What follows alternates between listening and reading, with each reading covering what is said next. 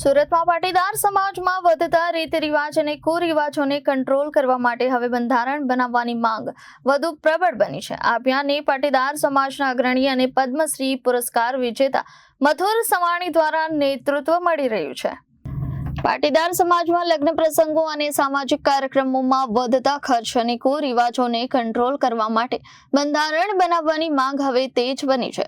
પાટીદાર સમાજના અગ્રણી અને પદ્મશ્રી મથુર સવાણીએ આ મુદ્દે સોશિયલ મીડિયામાં વિડીયો પોસ્ટ કરી સમાજના લોકો પાસેથી સમર્થન માંગ્યું હતું। આ અભિયાનને સમાજ તરફથી બહોળો પ્રતિસાદ મળ્યો છે। લાખો લોકોએ પોતાની લાગણીઓ અને અભિપ્રાયો સોશિયલ મીડિયાના માધ્યમથી વ્યક્ત કર્યા છે।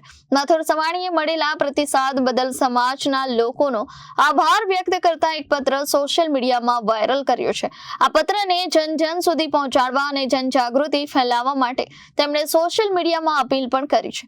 લોકોના મળેલા અભિપ્રાયોને હવે રાજ્યના 1000થી વધુ પાટીદાર સમાજના સંગઠનો અને આગેવાનો સુધી પહોંચાડવામાં આવી રહ્યા છે। લોકોની લાગણીઓના આધારે હવે પાટીદાર સમાજનું પોતાનું બંધારણ બનવાની દિશામાં પ્રક્રિયા આગળ વધશે। ગુજરાતમાં પાછલા એકાદ વર્ષથી જે તે જ્ઞાતિ સમાજમાં રીત રિવાજ કંટ્રોલ કરવા માટે નિયમો બની રહ્યા છે, બંધારણ બની રહ્યા છે। તે વાત સ્વાભાવિક રીતે પાટીદાર સમાજના લોકો પણ સાંભળતા હોય તો એ લોકો જ્યાં ત્યાં અમને મળતા હોય ત્યારે એક ઈચ્છા વ્યક્ત કરતા હતા કે આપણા સમાજમાં પણ હવે રીત રિવાજ કંટ્રોલ કરવો પડશે, તો એના માટે જાગૃતિ આવે લોકોમાં, એ માટે એક પ્રયાસ કરો। તો હવે જે તે લોકો મળે અને એની રાય, એ કાંઈ સમાજની રાય તો ગણી શકીએ નહીં, તો સમાજ શું વિચારે છે એના માટે એક સોશિયલ મીડિયામાં અમે વિડીયો મૂક્યો, કરોડો લોકો સુધી લોકોએ પહોંચાડ્યો અને સામેથી જે પ્રતિસાદ મળ્યો છે એ લોકો રીત રિવાજ કંટ્રોલ કરવા માટે નિયમ બનાવવાના પક્ષમાં છે। આ વાત સાંભળી અને લોકોની રાય મેં ગુજરાતના 1000 સમાજ સંગઠનના અમારા આદરણીય આગેવાનોને પત્ર લખ્યો છે કે લોકો આવું વિચારી રહ્યા છે, તો તમે તમારા વિસ્તારમાં તમે લોકોમાં આ વિષય શરૂ થાય એ માટેનો પ્રયત્ન શરૂ કરો, વિનંતી કરી છે।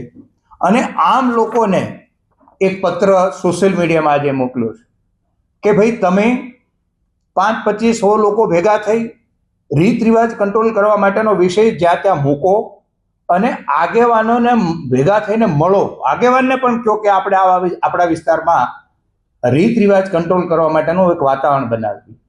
અને આવી રીતે જો આખા ગુજરાતમાં વાતાવરણ બનશે તો એક રીત રિવાજ કંટ્રોલ કરવા માટેનું અભિયાન, જાગૃતિ આવશે, તો આવનારા દિવસોમાં સમાજના બધા લોકો ભેગા થઈ, આગેવાનો ભેગા થઈ, લોકોની રાય મુજબની નિયમો નક્કી કરી અને બંધારણ કેવી રીતે અમલ કરવું એના માટેની વ્યવસ્થા, પ્રયત્ન શરૂ કરશે।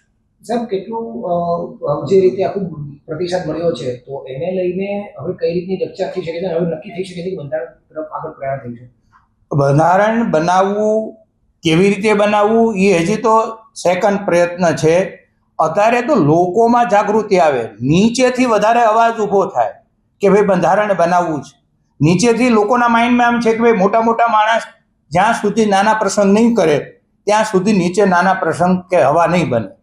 તો એની પણ એક રાય બની છે કે મોટા માણસો પોતાની કંપનીના બેનર નીચે કાર્યક્રમો કરે, જે રાષ્ટ્રીય આંતરરાષ્ટ્રીય સંબંધો ડેવલપ કરે, કંપનીના કાર્યક્રમોમાં લોકોને બોલાવે, કંપનીની બ્રાન્ડ ડેવલપ કરે, પરંતુ પોતાના સંતાનોના લગ્ન એક સામાન્ય નાની પદ્ધતિમાં કરે, રીત રિવાજમાં રહી, સમાજના રીત રિવાજમાં રહીને કરે, તો એ કંપનીની પણ બ્રાન્ડ મોટી કરી શકશે, વ્યવસાયિક સંબંધ પણ ડેવલપ કરી શકશે અને બીજી સાઈડ સમાજની જે પીડા છે એમાં પણ એ સહયોગ આપી શકશે। આવી પણ એક નીચેથી રાય બની રહી છે। એટલે આ બધા આ માટે અત્યારે મંથન કરી રહ્યા છે।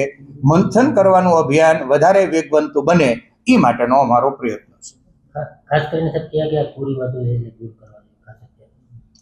કુરિવાજો લોટો કુરિવાજો છે, એ લોટો કુરિવાજો સદીઓથી એક પ્રકારની રિવાજો માટેની માનસિકતા બની ગઈ। હું એક ઉદાહરણ આપું કે 300 વર્ષ પહેલા પૂર્વજોએ બાળકનો જન્મ આપનારી માતા માટે 20 કિલોની લાડવા લઈ જવાની પદ્ધતિ ગોઠવી, કારણ કે એ વખતે પૌષ્ટિક ખોરાકનો અભાવ હતો।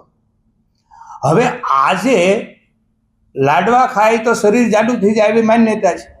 તો લાડવાનો કાર્યક્રમ શરૂ, પણ 20 કિલો લાડવાની પેટલી ગાય, તો આ પકડાઈ ગયેલી વસ્તુ છે કે નથી પકડાઈ ગયેલી વસ્તુ? તો આવા અનેક વિષયો પકડાઈ ગયેલા છે.